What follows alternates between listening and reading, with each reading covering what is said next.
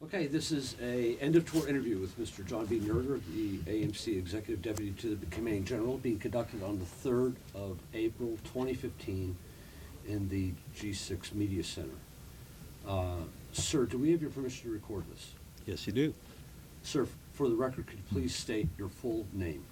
My name is John Bede Nerger. Sir, could you please give us some background about yourself, where you were born, raised, degrees attained, and when you started your career? Well, as you can tell by my accent, or lack of one, I'm not from around these parts. I grew up in Chicago, Illinois, and went on to college at Northwestern University where I got my bachelor's.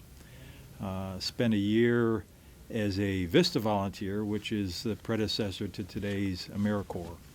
Did that for a year in Iowa, and then went on to graduate school on the East Coast at the University of Virginia, where I got a master's degree in public administration. And from there, moved up to Washington to take a management internship with the Department of the Navy, and did that for about, actually it was a summer assignment, stretched out a few months longer, and then from there became an Army intern about 35 years ago. So for the last 35 years, I've worked for the Army, except for a one-year tour with the Joint Chiefs of Staff.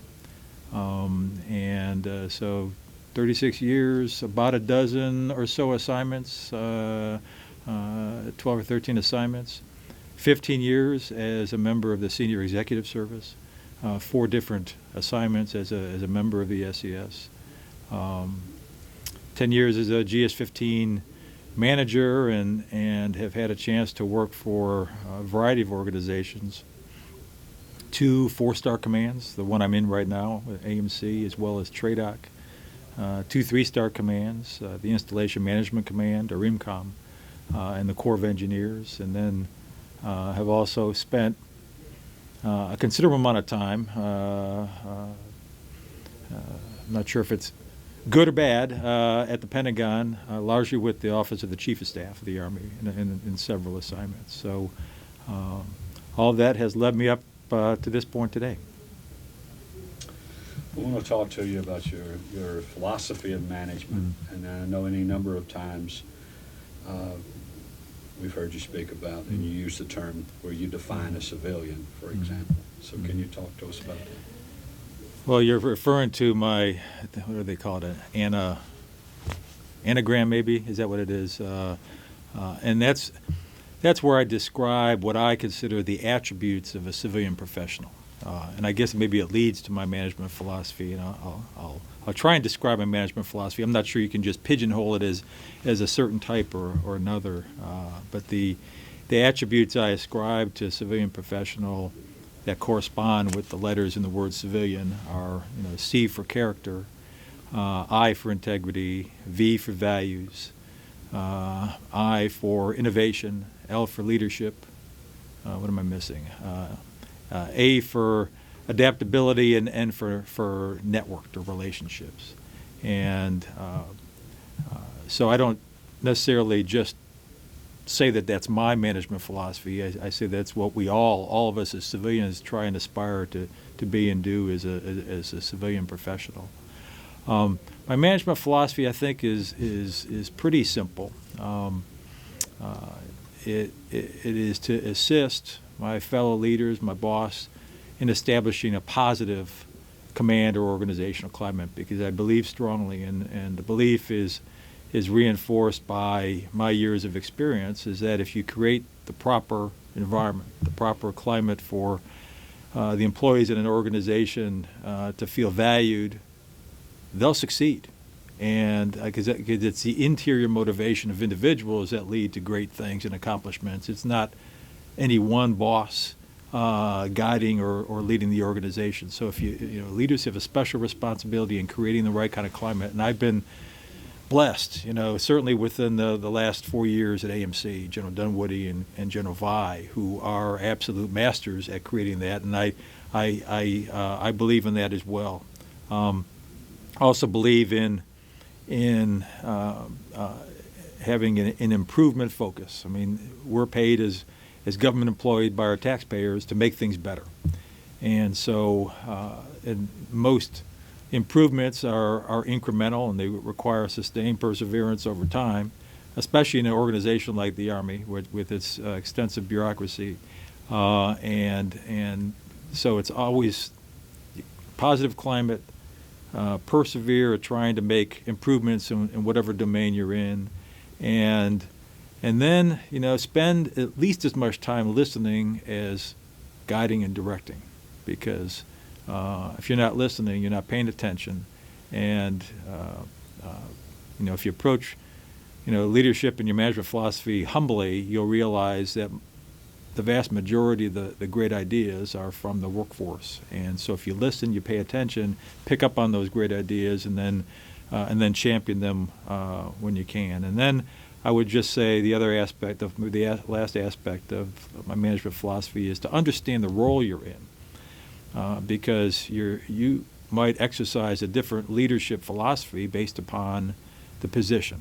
So, and for most civilian senior leaders, and those of us in the senior executive service, are in deputy positions, and you need to understand what your role is as a deputy. You're not the commander. You're not the director. You're to assist the commander with executing the leadership responsibilities for the command, and be ready to step in when the commander is not available. And if you're going to do that effectively, you really have to get inside the window of a commander's intent in order to prosecute that leader's command. It's not your vision. It's not your organization. You're there to assist and enable. And if you understand your role, and my role recently has been the executive deputy at AMC, if you understand that role, you can set the conditions to maybe make some accomplishments. Just a follow on real quick, too, when you were talking about how you started out. You said you were a Vista volunteer. Was that when you got the idea that maybe you want to work civil service and work for the public? Yeah. Claus, you picked up on that.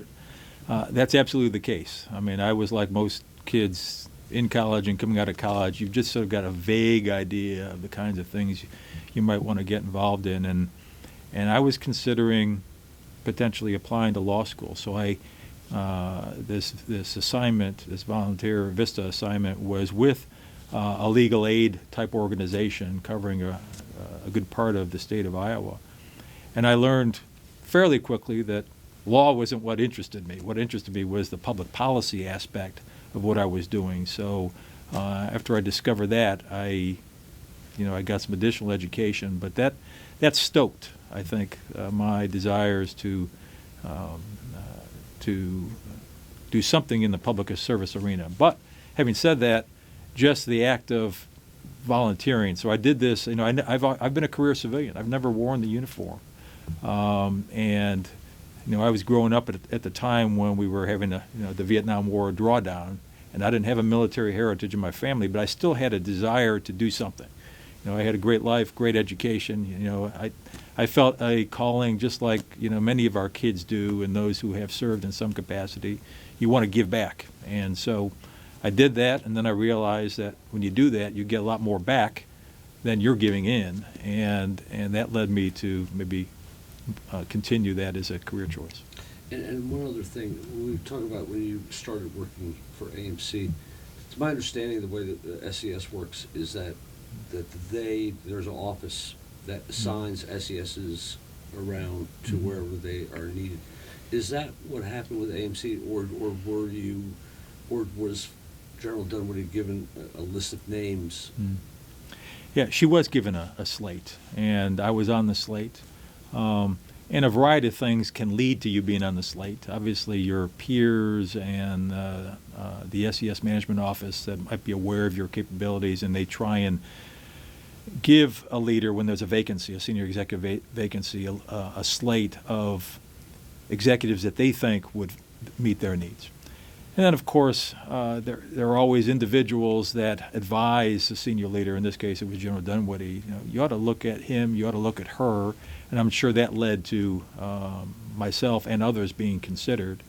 And then I was asked, would you be interested in being considered? And I said yes, and found myself on the slate. And just like any other position, I interviewed for it, and And then I'm sure and General Dunwoody, I know, called around and talked to my leaders at the time and other leaders and did what most of us do when we're trying to fill a position. I mean, you want to find out a little bit about the individual and really see if there's a good fit. And as both of you know and many others know, I mean, I was maybe a little bit of a surprise candidate because I've never served in AMC before. But obviously General Dunwoody was looking for some other things that maybe she found in my background. I mean, there are thousands of people in AMC who've spent a long time in AMC and understand AMC business. She was looking for somebody else, maybe that had an external perspective and brought some other things and other experiences that would be useful in the position. And hopefully that's been borne out.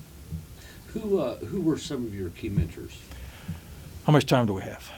I mean, I could, mentors, role models, I kind of use the term interchangeably. And many of my role models turned out to be mentors, informal mentors, people that I've worked for. I mean, I almost have to go back to the very beginning. My first position I had as a Navy intern, the first senior executive I ever met. I didn't know what senior executives were, didn't know what they did. All I know that this was the boss. And I remember being impressed with him and invited me in just a summer intern, and we had several conversations. And he actually showed an interest in me, and that made a significant impression at the time. And to feel like you're a valued member of the team, even though you're a short timer and you're just fresh out of college and you certainly don't have much in the way of experience or skills, but here was somebody willing to take the time out of his schedule. So that was Mr. Price. I remember his first name. And then other key mentors, I guess I'd have to go to Major General Stephen, but called Dickie Woods. He was the director of PA&E in the Pentagon, Program Analysis and Evaluation, a great leader, and took an interest in all of his team. One thing in particular I remember is one of my assignments was to go out and form the sinks. They're called combatant commanders today, but inform the then called sinks what the Army's POM did for them and how they met their priorities. And I had this duty along with a brand new spanking major. So here I am, a GS 12, 13, and a major going out. And we did it a couple of times. And one of the, I don't know if it was the commander himself or XO or somebody, called General Woods and said, "What are you doing? I mean, how come you're not sending a colonel, out here to brief the 4-star general or admiral?" And General Woods, I got this secondhand, said they're my representatives. They're the Chief of Staff of the Army's representatives. They know, he stood by us, two of his junior folks, saying that we were the right ones. And that lesson, it empowered me because, he gave me trust and confidence, as well as the major who, by the way, went on to become a 2-star general before he retired. And obviously it helped him along the way, too. So those kinds of acts still are very fresh in my memory. General Al Giannetti, he was a Colonel P when I worked for him, and he was about as Type A Corps of Engineers officer, about as Type A as they come. In fact, he had cardiac surgery because, I guess an earlier tour. And he was the kind of guy that was just wound up about as tight as you can be. But I remember when it became showtime and we were packaging briefings, and this was before the digital briefings you could do quickly. So you're collating and Xeroxing and making changes up until 5 minutes before we had to go brief. Senior leaders, the chief, the vice, the G3, DesOps at the time, secretary, and he was about as calm as anybody could be. So he was a Type A guy, and that, and all of us responded to that because we realized that, he's calm in this flurry, frenzy of activity, and it gave us confidence, and it gave us the feeling that we could, kind of do everything. So he was a great mentor. General Joe Ballard, was a brigadier general at the time, went on to become the commander of the Corps of Engineers. And, in the days of Rolodexes, I always called him the master of the Rolodex. He spent a significant part of his time every day reaching out, talking to people, building networks. He was a master of communicating, reaching out, building relationships. And that stuck with me, and I didn't really appreciate that later until I was a leader myself and realized the power of relationships. And you hear our own CG, General Vi, talk about that, the importance of that all the time. General Van Antwerp, who also went on to become the commander of the Corps of Engineers. I worked for him when he was the AXIM, the Assistant Chief of Staff for Installation Management, and I worked for him at the time when the plane hit the Pentagon. And gifted leader. I mean, we would crawl around the world for this guy, and he would never. He was as humble as they come, charismatic in his way, and would never belittle anybody. So had the kind of leader attributes that I wanted to emulate. Because I said if I feel this way about responding to his leadership style, well, maybe there's a technique there. Maybe there's something to emulate that would that helps build the kind of team, build the kind of organization that we all want to be a part of. Who else? And General Dunwoody and General Vi. You'd think after working in the Army for about 3 decades, attending classes, going to senior service college, you knew everything there is to know about leadership. And I've been a student for the last 4 years, continuing to learn a great deal from the two of them, and I consider both of them mentors or role models as well. I mean, absolute, among the very, very best you'd ever find anywhere in our Army, and I pinch myself having been able to work for them. General Wallace, who was the commander of TRADOC when I was there, General Burns, General Kevin Burns, Lieutenant General Tony Jones. Interestingly, I worked for them at TRADOC at Fort Monroe. They're all here in Huntsville today. So we've been able to continue our relationships and that mentoring relationship. In fact, General Wallace lives in my neighborhood. General Tony Jones, I'll just, without continuing to ramble, I'll give you one example of what he did. I mean, he interviewed me for the job of the G1, G4, and TRADOC, and went through the standard list of 8, 9 questions, and then he got to question 10. And he said, "John, do you play ball?" I said, "Sir, you play baseball?" I said, "Yes, yes, sir, I play." He said, "Do you play ball?" I said, "Sir, I can play." He says, "Well, we have, we play, it's pretty competitive here. The generals and the senior executives play the sergeants, majors, and the senior NCOs. And he said, I play second base. General Burns plays the outfield." I mean, he said, could you play on the team? Would you play on the team? I said, "Absolutely, sir." And it was sort of tongue-in-cheek. But what I realized afterwards is what he was looking for in a potential candidate for this position was not just someone who knew the job. He was looking for a member of the team. Now, he was the metaphor was the baseball team, and yes, he was serious about that, but he was really trying to build the right leadership team in the command, and that was a powerful lesson I took away from that. And most leader selections have less to do with hiring somebody for the experience and the proficiency that they have, and it has at least as much, or maybe more, to do with how they would fit in as a member of the leadership team. And so that experience was another role model experience. So maybe I'll just pause there, and I could keep going, as you could tell. Oh, I have to mention one other, because all my the mentors I just gave you were uniformed officers, and most of my mentors have been by virtue of the position I've been in. I should mention Janet Menig, who I consider probably the most effective Army senior executive I've ever seen in the Pentagon. And she retired a number of years ago, and I had a chance to work with her and work for her. And she was a master at getting things done, because she had been in the building a while. She knew who to talk to. She was respected by senior leaders everywhere.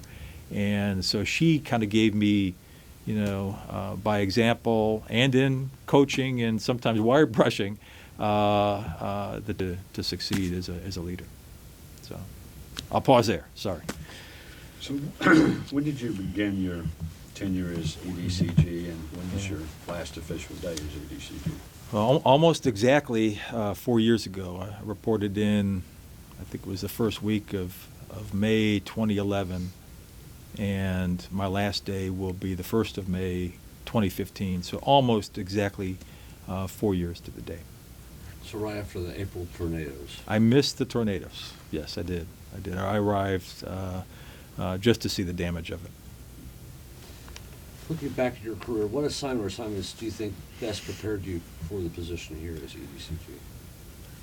That's an interesting question, because I don't think I can point to any one particular assignment. I think what prepared me was the variety of assignments I've had, and at the different echelons.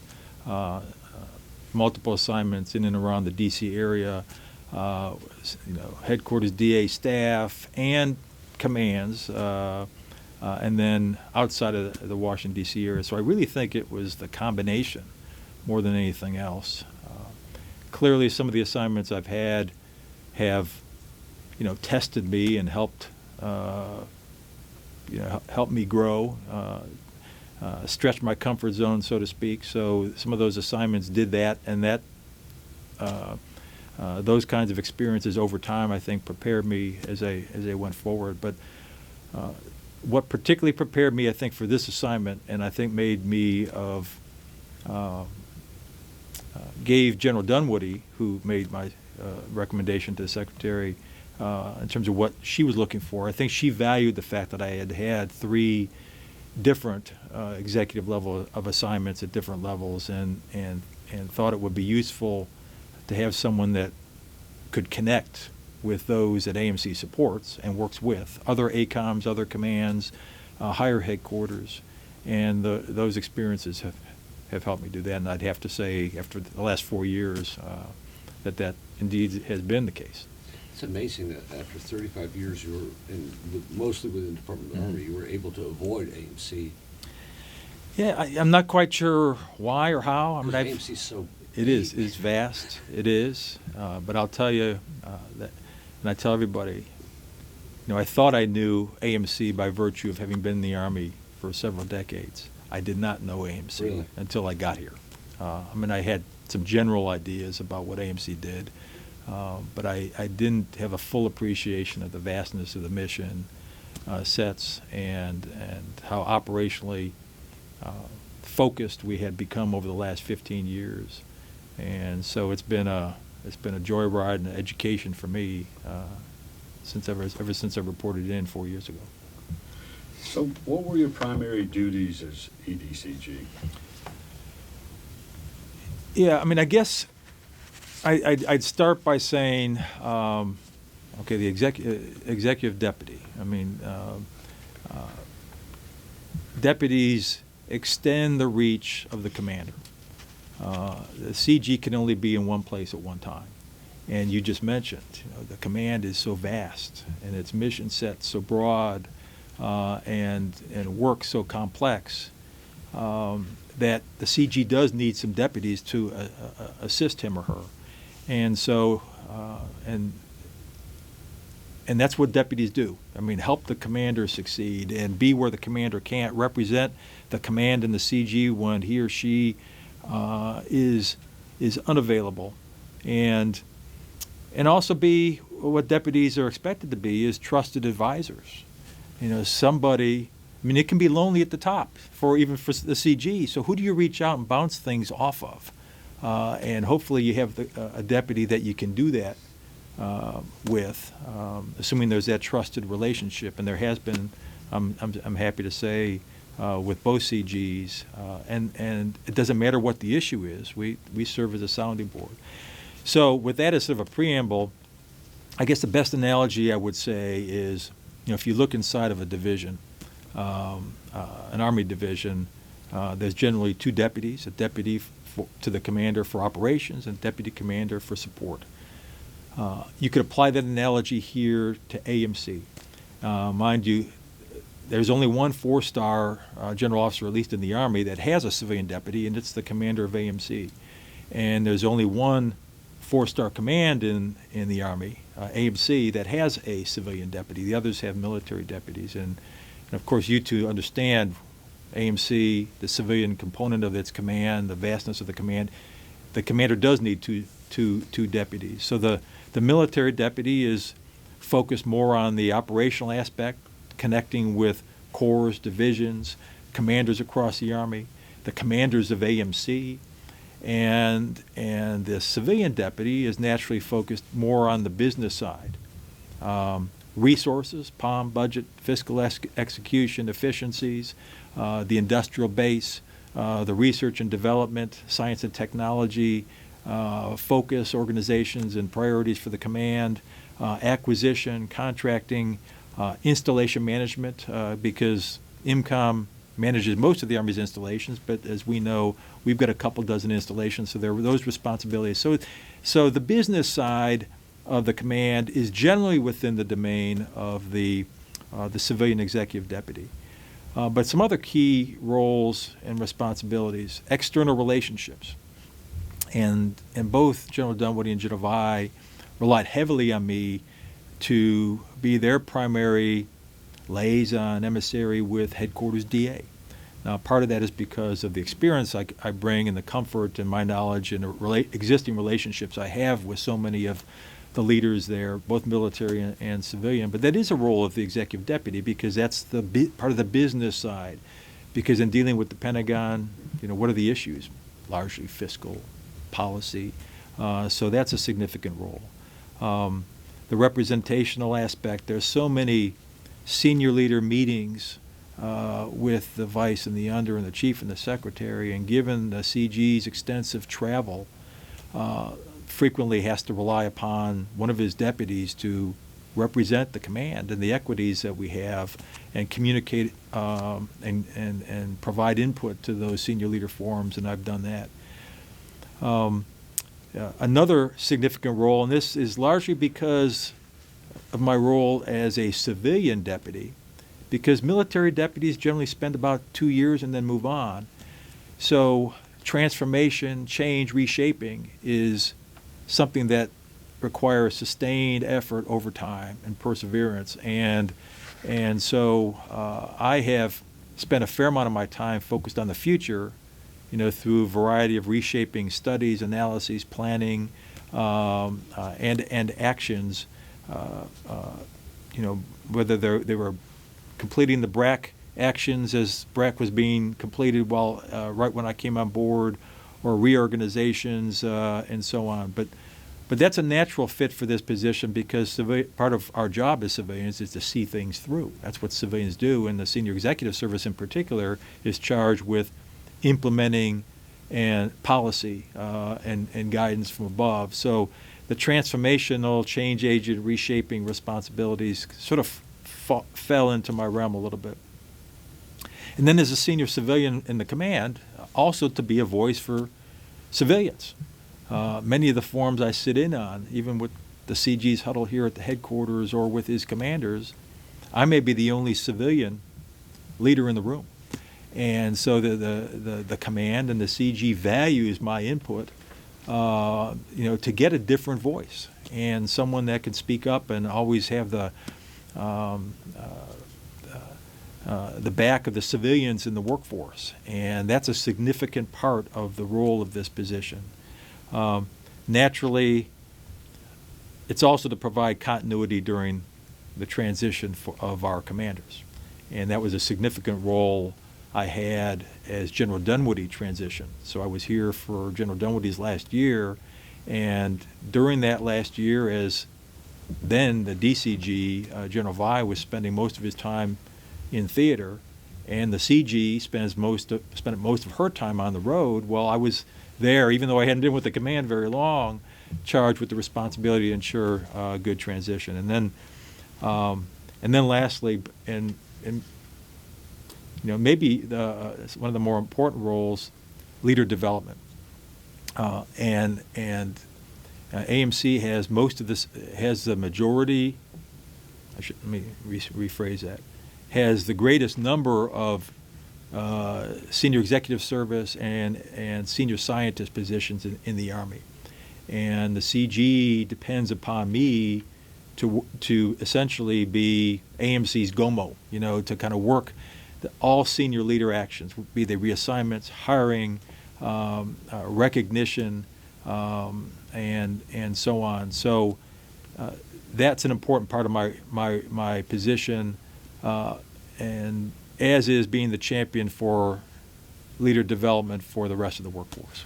So those are what I would consider the principal duties in layman's terms. There is a set of terms of reference that were developed, and they pretty much parallel what I did here, but I tried to blend that with what actually has been the case, where I have spent most of my time.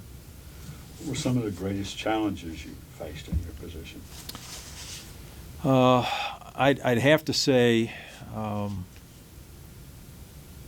2013 and the whole, when sequestration struck, it was similar to the tornado striking northern Alabama in 2011 in a sort of an organizational and Army sense, and dealing with the impact of that, which led to the unfortunate furloughing of civilians on 2 occasions during the course of the year, and that led to also the micromanagement. I mean, and I was part of it, of all hiring actions in the command and approval of overtime, and really literally counting our pennies to help us get through that tough period.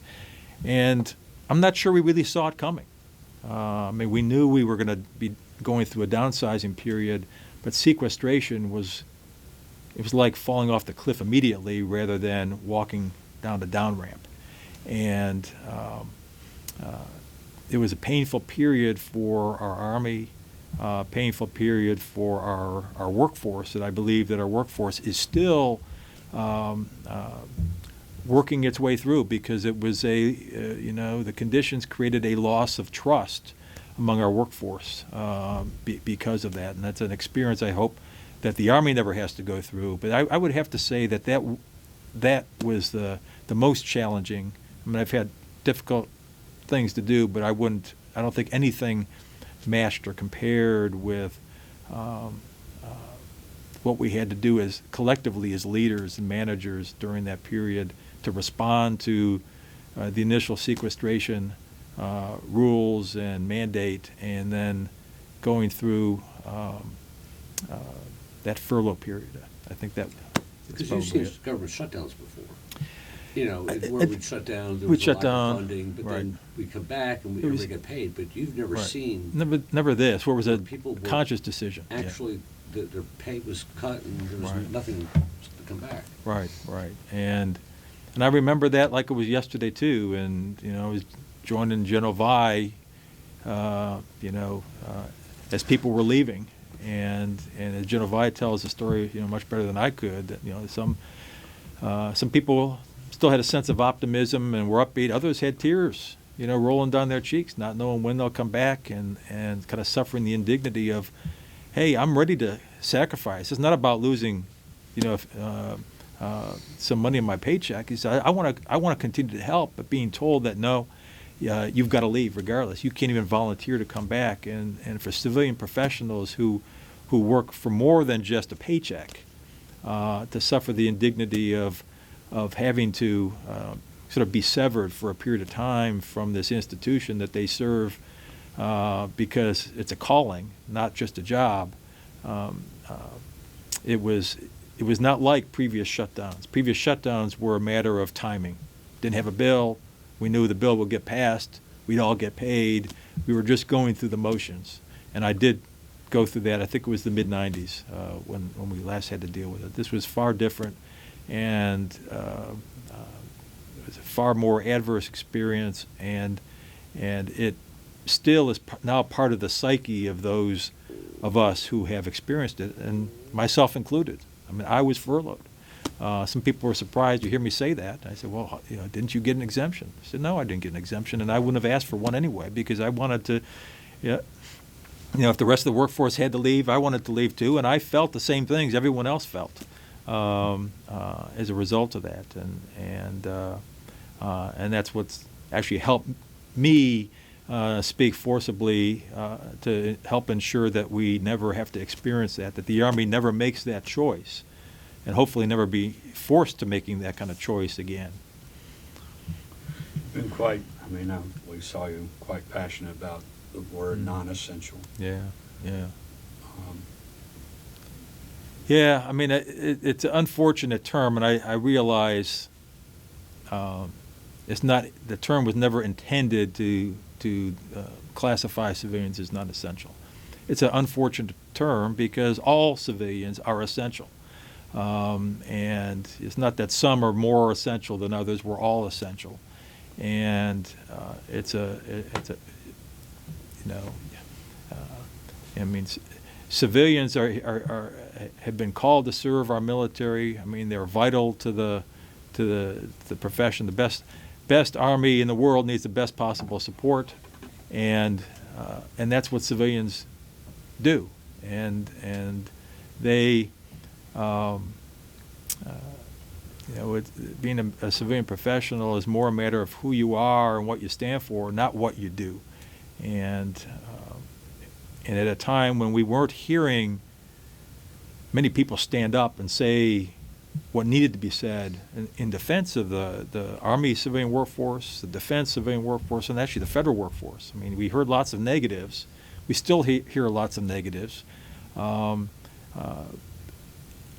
government would not be our military would not be effective. Our government would not be effective without quality public servants. And I think public service is a noble calling.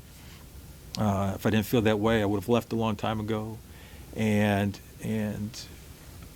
those who feel similarly need to hear that from time to time. Otherwise, you can lose heart. And when you lose heart and treat the work you do as just a day job, it's much less than what it should be. I mean, this is a calling. I mean, just similar to the calling that those who wear the uniform have. And we need to call it like it is, and to use terms like non-essential, just it makes me angry just thinking about it to this day. So hopefully, in my way, in the forums I was able to speak out, that I helped give voice to what was already on everyone else's mind, and it also let other civilians know that there were those that kind of understood that and had their back and were speaking up. You've also talked a lot about your concerns with regard to the aging workforce and challenges we face to work through that. Yeah, and that, I mean, we do have an aging workforce, and that's one of the reasons why General Vi, with our support, has launched the AMC 1000, to reach out and increase the numbers of internships to reignite some interest in public service. Those of us who are in our age group, I mean, we grew up listening to the voice of John F. Kennedy, who charged everybody to ask not what your country can do for you, ask what you can do for your country, and that spurred a lot of us. I mean, we responded to that call, and I'd say that maybe that call is still out there, and there are people saying it, but it's lost in all the dissonance that's out there and the competition for talent. And people need to be continuing to. I mean, our country still needs public servants for this country to survive and continue to thrive and do well. And the aging workforce is just another reason to refocus on encouraging younger folks to, and even those in their mid-career, considering different career options or mid-career change, to consider public service and remind people that public service is a reward unto itself. And so I mean, I feel passionately about that, and if we do our job right, there will be those when we walk out the door, as I walk out the door, and all of us walk out the door someday, we'll feel confident and comfortable that there are those ready to and willing to step up. But we have to, our young people will respond like we responded, but they need to be invited. They need to be told public service matters. They need to hear good things about public service instead of just the handful of unfortunate things that occur. But that should not typify or represent the vast goodness that is done across, Army civilian service and federal service. What issues or events are most of your time? I'd probably I'd probably bucket in a couple of different ways. I'd say one, reshaping, and I talked about that, whether it's reshaping the headquarters here, which I spent a fair amount of time on, or helping to reshape the command and the material enterprise. That's probably one. Another area basically the continued transition of this command from Northern Virginia to Redstone Arsenal, and it just didn't end with a building and occupation of a building. We've been growing a campus. So, and I'll mention a couple of the specifics, but focusing on that talent management at the senior leader level and the general workforce level, relationships is another area, and then probably everything else. So reshaping the headquarters, everything from, and first of all, I got to say these aren't my accomplishments. These are the command's accomplishments, and I helped to enable and spend time helping the CG accomplish them. And they're considerable. I mean, just things like reorganizing the headquarters to combine the G3 and the G4 into a staff, realigning AMC's analytical organization, which was off in the distant frontier, a subordinate element to one of our subordinate commands. It's an enterprise asset. So basically realigning it here to the headquarters, like the other Army analytical organizations, like TRADEX, for example, is aligned. So doing that, creating the Chief Technology Office. Not my idea, it was General Dunwoody's idea, but making it happen and bringing the right team together so that there was an element here at the headquarters focused on a significant part of AMC that was, future focused, science, technology, engineering. We don't have the individual on board yet. We have a recommended selection, but we'll have our first senior leader, intelligence leader assigned to AMC headquarters. And that took some time to work, but we'll have that. And also building a challenging mission, but building the plans to execute the guidance we got from the Secretary to reduce our headquarters by 25%. So all those things together I would characterize as actions to help prepare and reset and reshape the headquarters for the future. As far as reshaping the command, some of the significant things that occurred during these 4 years was constituting the Joint Acquisition Sustainment Review, the quarterly, actually every other month, it's more than quarterly, every other month, Materiel Enterprise Forum, jointly chaired by the CG and the Assistant Secretary of the Army for Acquisition, Logistics, and Technology, the ASALT.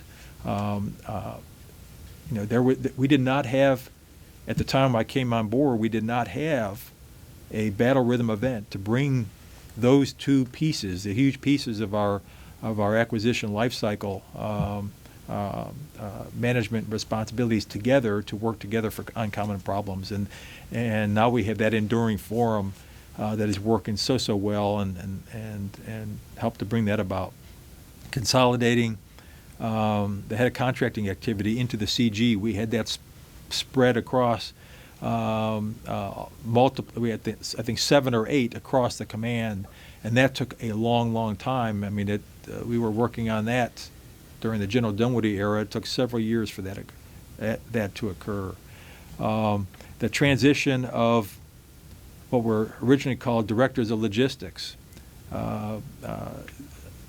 within the IMCOM formation and at the garrison level realigning them to AMC. That actually began when I was in IMCOM a long, long time ago, and then I moved over to AMC and to help see that through. A significant transformational improvement, I think, for our Army in giving AMC the ability to execute logistics responsibilities from the installation level to the industrial base to the foxhole. Related to that, fleet management, which is maintaining the training fleets for TRADOC. Interestingly enough, we actually started that when I was at TRADOC, and it took probably the better part of 10 years to make that happen. And when I was at TRADOC, there are many in TRADOC that would say we should never do this, but we were committed. The leaders were committed to making that happen. And then I arrive in AMC and I see just a magnificent success. Training fleet readiness rates so high. TRADOC is thrilled with that decision, so that was a big piece.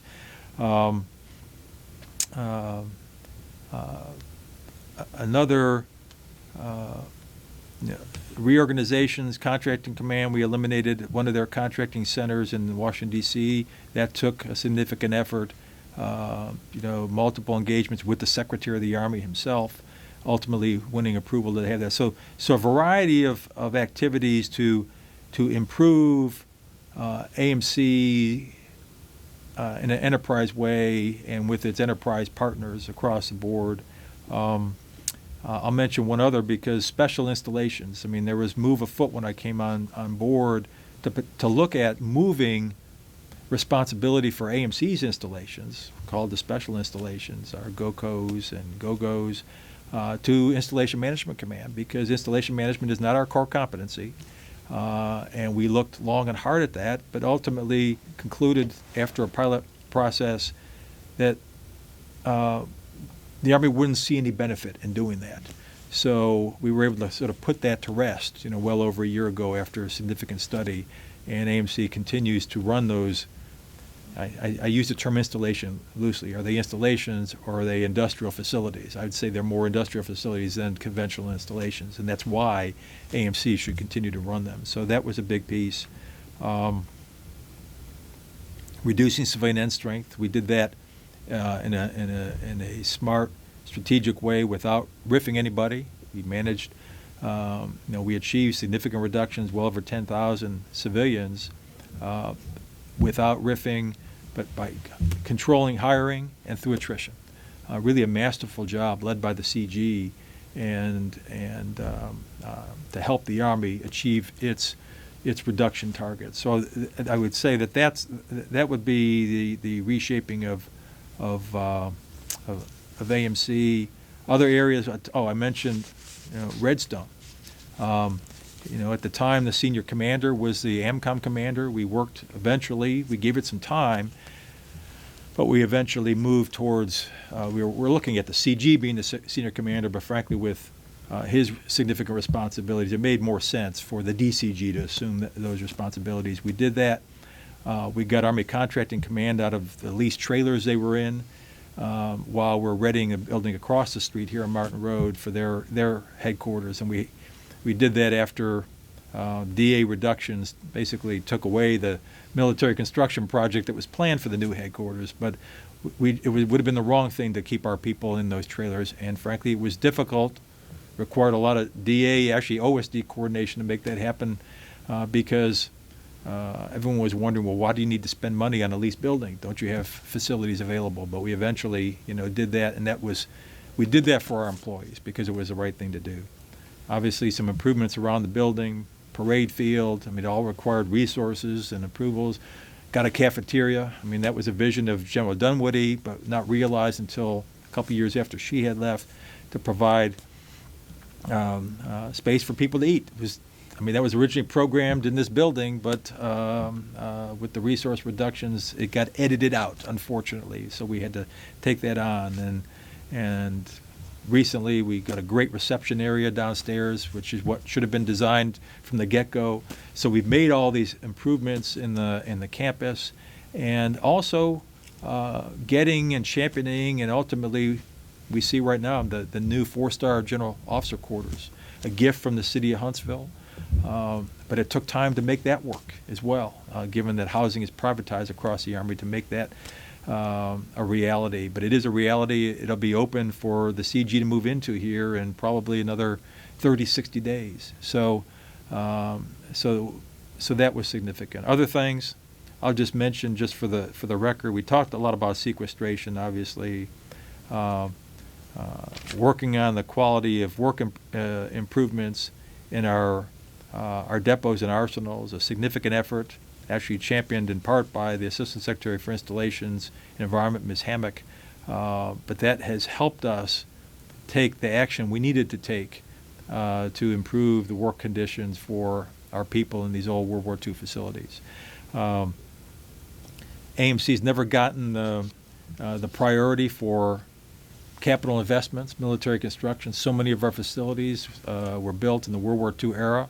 We've done a lot on the inside, but the buildings are still World War II buildings. And I spent a lot of time working to get greater attention at DA. Unfortunately, it came a little bit late because it came at a time when the Army made the choice to take a lot of risk in its capital investment, and the MILCON funding levels plummeted significantly. But one thing we did do is we got DA approval to make the organic industrial base a focus area for investment, something that had never been before, so that as we get MILCON resources, and those MILCON resources grow, because it is a priority area like barracks had been, child care centers had been in years past, and you see the improvements at every installation, that our industrial base will benefit in time, I guess, from that. Over the last 4 years, we've seen most of the chemical demilitarization efforts come to a close. I mean, 80 to 90% of the chemical demil stocks have been eliminated quietly, professionally, safely, under budget. Still have some work to do at Pueblo and Bluegrass, but that's about 10% of the stockpile. And so it was a pleasure of mine to help close and end operations at a couple of those plants. I think a major accomplishment was helping set the conditions for AUSA to choose Huntsville as the location for its winter event, its winter AUSA event. Just had the Global Forum earlier this week, and it's going to remain here permanently. Well, nothing's permanent, as we all know, but as far as we can see, this is where, and it's been so successful the last 2 years, and it makes perfect sense to be at a place where you've got such a concentration of material enterprise activities. And AMC, after this year, will have the Army's lead for planning and assisting AUSA with a successful event. And so that's a proud accomplishment, a shared accomplishment for AMC and everybody else. I'll mention one other thing in other major initiatives. Without getting into the details, I mean, we all know that there's a cyber war going on out there. It's kind of hidden from most of the world, but we actually initiated a cyber campaign, which we didn't have. I'm kind of proud of having to help the CG launch that, and we now have a cyber campaign focused on defending the critical logistics assets and the information warehouses that we are responsible for, in a way that we didn't have our focus, our eyes on that. And we're taking appropriate action, building appropriate capabilities, and that will have a long lasting effect as well. I talked about senior leader management. We've been proud that we were able to host 2 senior executive forums during the last 4 years. The first one was the first one held in AMC in about 9 or 10 years. Needed to happen. I mean, we need to get senior leaders together. The chief of staff does that for our general officers. We don't do that as well on the senior executive side, but what we had control of is with the AMC executives, we did do that. We instituted a regular battle rhythm event with our Tier 2 executives across the MSCs. We meet quarterly, virtually by VTC. to sync up and have leader conversations. We elevated the tier level of some of our executives that were at the Tier 1 level, the BG equivalent level, to Tier 2, which is where they should be. We're successful there. Was pleased that for a couple years we had a senior executive, a civilian senior executive, as a leader of one of our major subordinate commands, RD ECOM.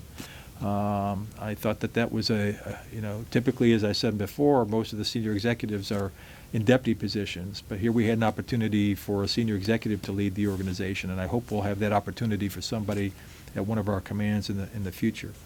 Also pleased that we made some strides in senior civilian leader diversity, which is a goal and a challenge, not just on the civilian side, but our general officer side as well.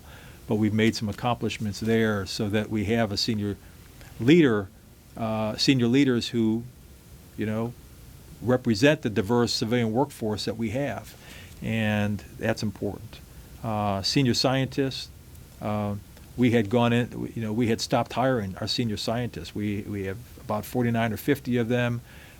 We only had about 30 of those positions filled. These are your, the senior scientists that we have in our military, and so worked really hard to get the selections of those on up. And then maybe lastly, before I'll stop, if you maybe got any follow-up questions, we talked about the importance of relationships and have spent a lot of time. Yes, where I spent a lot of my time was, most of my trips were in the Washington, D.C. area. At least half of my trips were there because it was about maintaining the relationships we have, because you want to have a relationship before there's an issue. If there's an issue and no relationship, you got a challenge. If you've got an issue with a relationship, you have a common ground to work through it. So meeting with and circulating in the Pentagon battlefield and spending time with my peers, G1, G4, G8, the assistant secretaries, and that proved real well. And also relationships with industry, which AMC invests a considerable amount of time and energy in under the CG's personal involvement, bringing corporate executives in on a routine basis, small businesses, big businesses, and the CG uses his executive deputy to assist him with those forums. So I'll just pause there, but there's... Did you get involved with community relations? Yeah, well, we're blessed here in Huntsville to have such a wonderful community that just embraces all things military, and particularly the Army, and they're proud of having the Army in their midst, proud of Redstone Arsenal, and that's a relationship that we want to be strong as well. So I've spent a lot of time, and I'm pleased that I have good relationships with the local mayors and some of the other community and state officials. They support us. We need to support them. It's a mutual thing, and yes, so this position, but it's not just me. It should be all the leaders of the command, because they can support us when they understand us. If you keep them at a distance, they can't support in a way that only local communities can support. And they're such champions for the Arsenal. They're visionaries in terms of helping Redstone Arsenal grow. They've obviously helped with general officer quarters, but they just helped widen Martin Road. So the community has just been more supportive here than you'll find. And we've got supportive communities across wherever our installations are. Right. But this one in particular does some things that you won't see anywhere else. And so, working with them, keeping the relationship strong with them has been a pleasurable part of my job.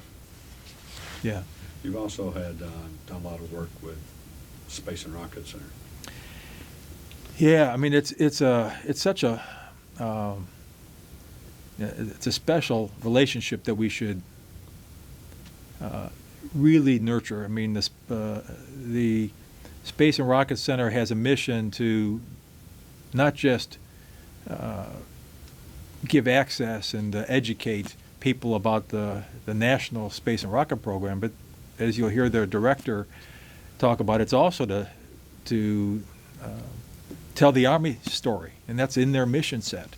And if you visit them, you'll see an area devoted to telling the Army story. And we've spent some time over the last couple of years to help them refresh that exhibit and give them some ideas and bring some equipment there to make it visible to the public. I mean, it's a Smithsonian caliber institution, and with our Army getting smaller, we need every opportunity we can to stay engaged with the public and give them a chance to see what their Army does for them, particularly in the areas of aviation, which are particularly relevant here, but for the Army in general. And working with Deb Barnhart and her team and helping them fulfill their mission and refresh their displays and exhibits, and then think about the future of how to even further connect their campus with Redstone Arsenal. And there are some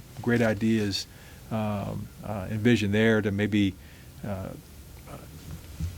connect by road and so we can interchange and use each other's facilities in a way that we don't quite do today. But it's a great relationship.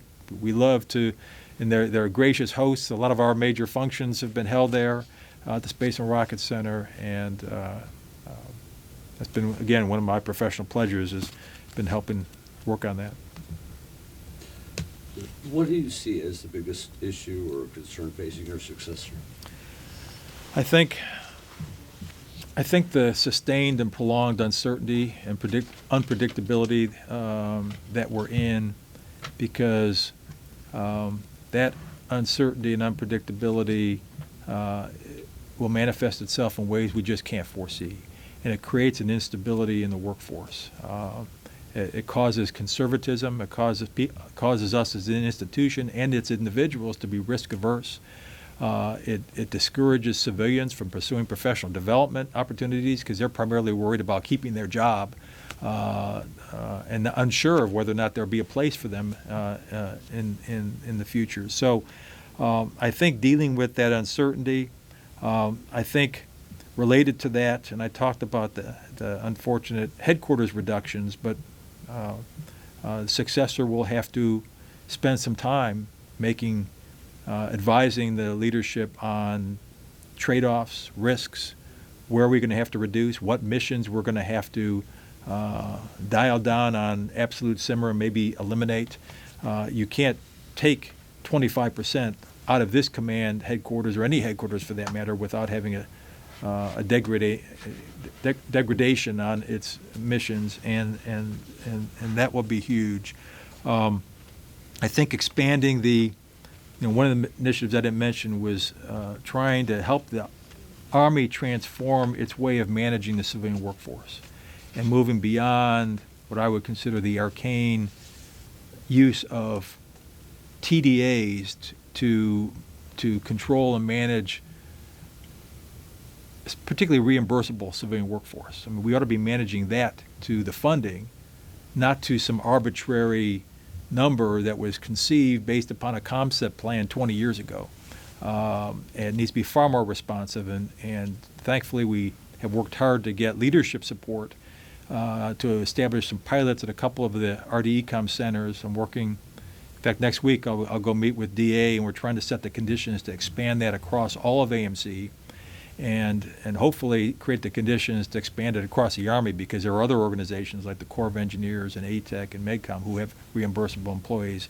So seeing that through, we set the foundation, but seeing that through so that we will manage our civilian workforce, especially our reimbursable workforce, to budget levels instead of TDAs, is a huge step forward so that we can meet our customers' needs, largely the ASALT clientele as well. And then I would say, what else? I guess the other concern issues for the successor is, what AMC does is it brings, it provides readiness to our Army. So anything that would risk and jeopardize that, not worried necessarily about AMC getting smaller or budgets getting smaller. It's really about providing readiness for the force. So the concerns that we hear about our Chief of Staff and Secretary testifying before Congress over the last number of weeks and talking about the damages of sequestration, it's not just a budget cut, it's the impact it will have on our military and our Army's ability to accomplish whatever the country wants it to accomplish, and it will risk capabilities, and more importantly, it will risk lives. And so that's something that not just my successor, but all the leaders in AMC will have to spend a lot of attention on as we continue through this transitional period until we reach a new normal, a new time of predictability as we,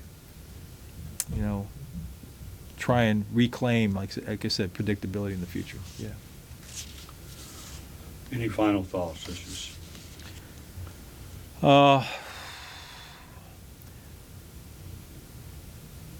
I guess I'd say, a couple things. Some people ask, he says, well, why are you leaving now? Oh, yeah, I meant to ask you, why are you leaving Yeah, now? there you go. Yeah. Why are you leaving now? And I forgot that question. He wasn't supposed to leave, but I left. yeah, I mean, for a couple reasons. First of all, I feel strongly that the position I'm in is a privilege, not a right. No one should lay claim to this senior civilian position, and there does need to be a rotation, probably about every 4 or 5 years. And it's also important that recognizing the responsibility that this individual has with ensuring good continuity should not leave when the CG's leaving. That would be the absolute wrong time to leave. And so, not that the Army would keep me from doing that. I mean, I could do it. I wouldn't be happy with myself, and it wouldn't be the right thing to do. So to leave at a time to ensure good continuity as we go forward, I think is important. And this way, a successor will come in behind me and have been on the ground for about a year when the next CG comes on board. And having experienced that transition once, from General Dunwoody to General Vi, I realize how important that is. So we will have had a DCG and an EDCG in place for a year, and it will just make that transition, I know, so much more important. So you've got to know when to step aside. When that little voice is whispering to you. I mean, everyone has a different timetable in terms of what they want to do with the rest of their life, but 36 years, 4 years in the position, it seems to be about right. But senior leader transition is healthy. We don't have, our general officers have a far more structured succession management process. Civilians can stay for longer periods of time, but that means we have to be more thoughtful about setting the conditions for good succession management. And when I leave, it creates opportunities for others to grow. And it's not just the individual that will move into my position. It's when that individual moves up into my position, someone will have to move in their position, and it creates a cascading domino effect throughout the entire senior civilian leadership course. So I think that's important. And I also believe, no one's irreplaceable. Everyone's valuable. No one's irreplaceable. And it's good to leave when people don't want you to leave, rather than when they're wondering, well, what's taking you so long? So I guess that's my explanation. That's my story, and that's what I'm sticking to it. Anything else? No. It's a pleasure. I can't think of anything. Thank you for your service. Appreciate it. It's been a pleasure. Thank you for your support of the History Office.